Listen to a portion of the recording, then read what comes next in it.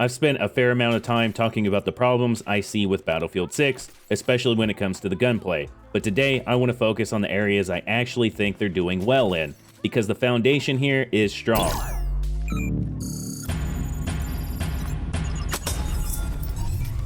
So, starting off, the first thing I think Battlefield 6 does right is the mechanical foundation. Moment to moment, the game does feel pretty responsive. Gunplay feels good overall, recoil is readable for the most part, and fights feel pretty consistent. Even when I disagree with some of the balancing decisions, the core mechanics themselves feel solid and modern. I have noticed some inconsistencies match to match at times, but I'm not sure if this is something fundamental to the gunplay, or if this is just a continued netcode problem. Next up, I feel like the movement sits in a pretty good place structurally.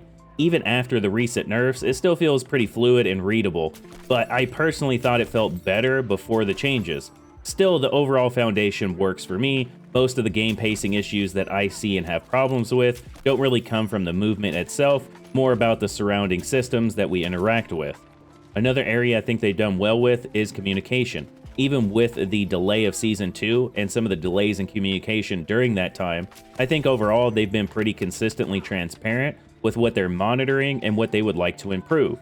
This kind of insight into their priorities matters to me, especially when it comes to a game like this. It's built around large interconnected systems, so I'd like to understand what their thinking is on things and what their direction is moving forward.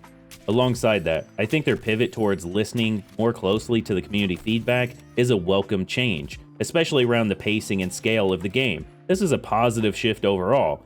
Their focus on testing larger maps and reinforcing the large-scale identity of Battlefield is the right direction. It shows they understand what makes the series work, at least on that side of things, because they're willing to listen to the community's feedback. Server stability has also been a strong point overall. Past Battlefield launches have outright struggled heavily here, but Battlefield 6 has been consistently stable with regular play. Even with some of the ongoing netcode concerns, the servers themselves have generally held up pretty well. Beyond that, I think a quieter positive area has been the anti-cheat. It's not perfect, but compared to what many people were expecting, cheating hasn't felt overwhelming or constantly disruptive in regular play. It's one of those areas where people don't talk about much when it works, but it does make a huge difference in the overall experience.